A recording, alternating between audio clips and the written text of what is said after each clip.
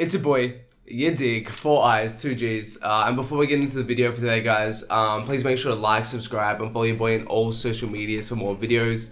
But we've got something different for today. I've got my friend Luke here. Oh boy, what's happening? Yeah, let's get it. And we're just gonna do a little, back and forth conversation, just kind of discuss a few topics.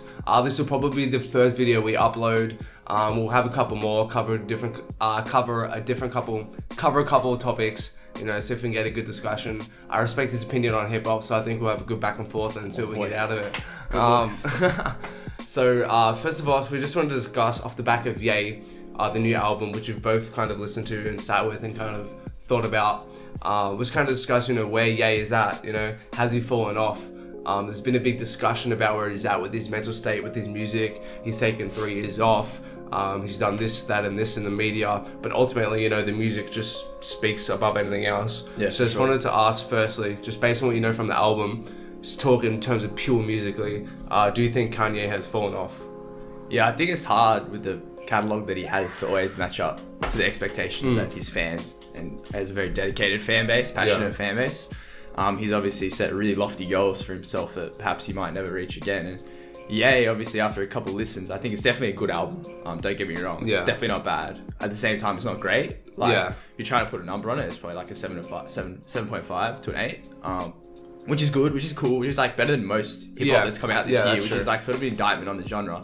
I think the good thing about the production is that it sounds new still. It's not like Ye is reaching in for that trap sound. It's not dusty. Yeah, it's not dusty. It doesn't sound like he's reaching to run with the new crowd. It doesn't sound like a fax almost, where it's like it's Ye, but still it's Ye reaching for the trends. It's Ye kind of in his zone and still kind of being like, I'm just gonna do my own shit. Exactly. I'm gonna sound exactly like it's me. very hard to describe, I think. I didn't listen to the album until it dropped CD quality. I didn't listen to the stream, and people trying to describe how it sounded. It's genuinely difficult. Yeah, to it's sort very of describe minimalist. that lane. It's very minimalist. For real, it's got a lot of interesting kind of airy sounds in it. Exactly. It's still, I think Ye is and it fits very well with Daytona. I think a very sort of similar sound. I'm sure the albums to come will be in that same lane as well.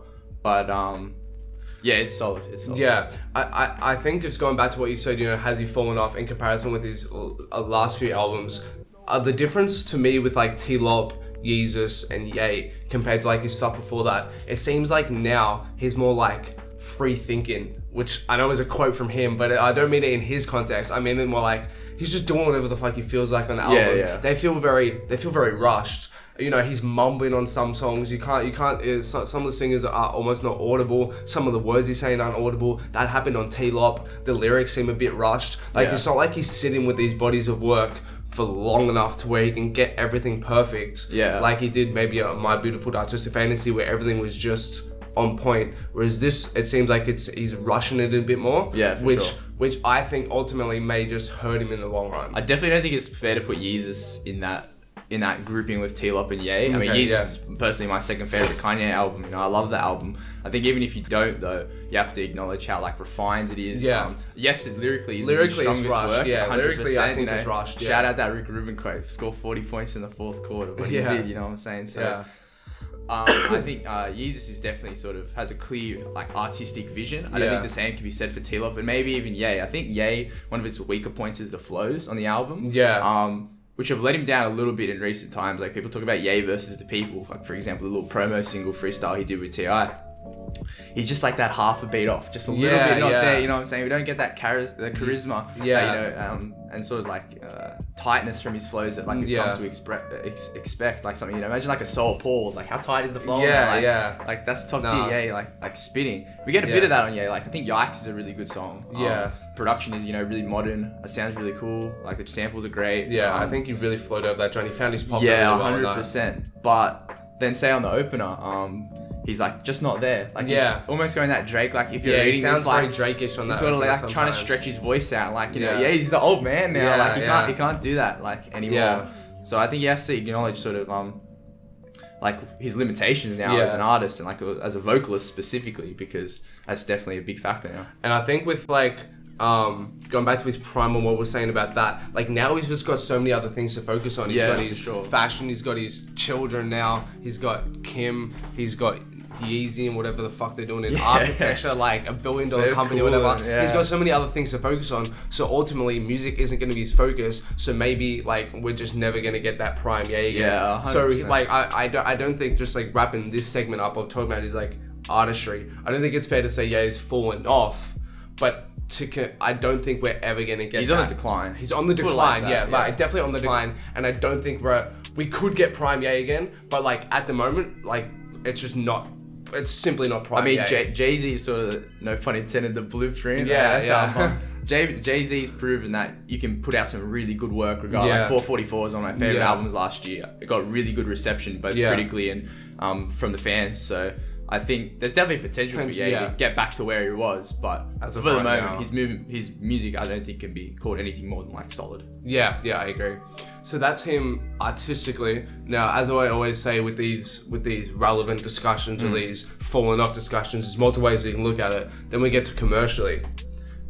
I'd say it's very similar. Like commercially, Ye's fallen off. Yeah, for sure. There's no question. We don't have a lot to go fallen off. That's harsh. We can't go much to go off yet for Ye, but we can almost assess the climate.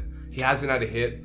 Like T-Lop was an improvement of Yeezus' rise through radio play and stuff, but still nothing really connected like that. There wasn't a Gold Digger, there wasn't a Stronger. It didn't sell particularly well for a Ye album. It was hard though because of the title exclusivity. The title exclusivity. That's very true. So we don't have the hard numbers to go off. But still, even Ye said it himself in that Charlemagne interview. I don't know if you watched the full thing, but he complained about it. He was upset with the radio. He was genuinely, which is very strange because Ye, 7-track album, I think suits it really well, but there's no radio hit. There's no radio hit. That's not getting played in clubs. That's not getting played. There's no like there's not even a Father Stretch My Hands Part 1 where it's like cult sort of. It's like like you can't imagine something. Maybe easy tweaking of that 2CB. Maybe something like that. Maybe, but like I don't think there's a hit on the album. Yeah, 100%. And I can't see it. Maybe the whole, I don't know, like numbers aren't really relevant always in this commercial discussion, but like I don't see it selling particularly well, especially since it's, but you have to take into consideration that it is a 7-track song. Album. But yeah, I don't think commercially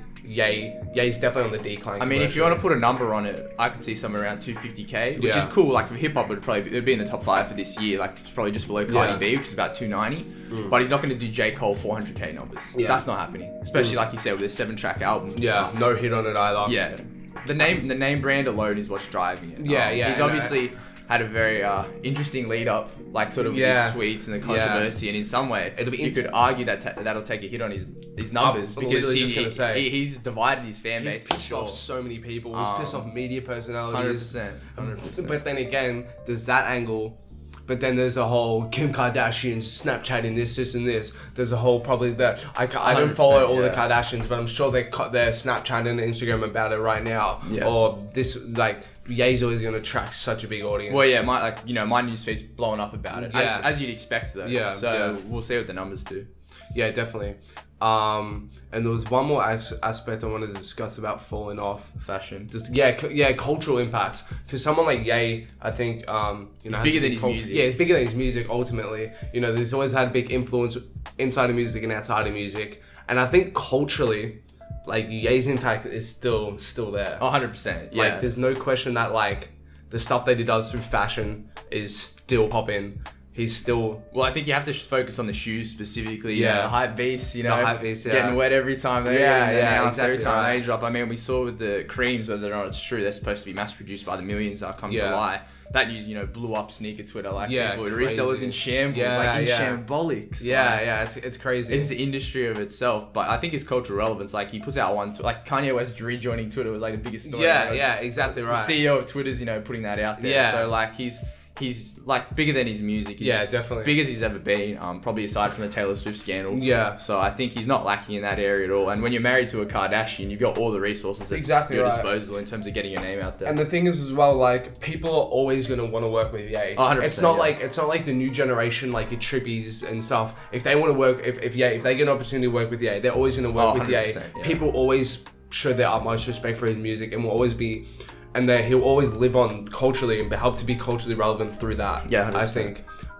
So I don't think he's fallen off culturally, but I think we can kind of like look at it through 3 different ways or 3 different lenses, where we can say his music is definitely, he hasn't fallen off all the way, but he's definitely on the decline, and he's past his prime at this point. He can get back to that, but at this stage, he needs more focus. He needs more focus, and like, yeah, you can't, yeah, exactly right. He just needs more focus. He just isn't, music just isn't his sole priority anymore. I think, yeah, T-Lop and Ye have shown that this whole throw it together, sort of, you know, 3-4 weeks, rush it to the deadline, it doesn't work. It makes for a good story. It's hype, don't get me wrong. It's a hype story. It's exciting, crazy to follow. Piece everything together. Ultimately, like when we look back on T-Lop, like, come on, like, including songs like the Silver Surfer intermission, and I know it's just an intermission, and I know you can delete it, you can skip it, whatever, but it doesn't matter. In 10 years or in 5 years, when we look at that, it's just gonna be a blemish. Yeah, exactly. Like for T-Lop, for example, you have to judge the album as a whole. You can't say this thing about bonus tracks. Yeah. You can't scrap, you can't modify Wolves like I did. Yeah, this is how we gave it to us. You have to assess the whole package that's being delivered. And exactly, it detracts from the seriousness and the overall quality of the work, which, you know, in that case was a bit disappointing. But yeah, and then moving past that, we get to his commercial relevance, and it's the same. The only thing that I could see bumping up his commercial relevance is if we get maybe a good music comp that was meant to release. Remember when was it coming? February of 2017 or 2016. Yeah, like that's what I mean. Like maybe that if he goes a more modern production and he gets like, maybe he's on a song with Travis, Uzi, and Thingy again. Well, we'll see if Kids See Ghosts next week. Yeah, Kids See Ghosts. We don't know. I mean, Cuddy and Ye, they worked pretty well in the 2 songs they featured together. I agree. Ye, and throughout their careers, they've done really well together, obviously. So we'll see if that can not so much have a radio hit, but have something to get further, more traction. Yeah, exactly. Further drive the Kanye West name. And then, you know, the last thing we just touched on is his cultural relevance, which is still at his peak through his fashion and through the artists who are always up to collaborate. 100%. I mean, that Nas album, that's a serious album of the year contender. I mean, Daytona was crazy, probably my rap album of the year, but that Nas could go to another level. Nas could go to another, and his all the stuff through good music will always keep him relevant as well. Touching this artist. Yeah, I think we covered the bases. Yeah, got it done. Thanks a lot, Luke. All good. That's all from us today, guys. So thanks a lot for watching. Before we get to it, please make sure to like, subscribe, and follow your boy in all social medias for more.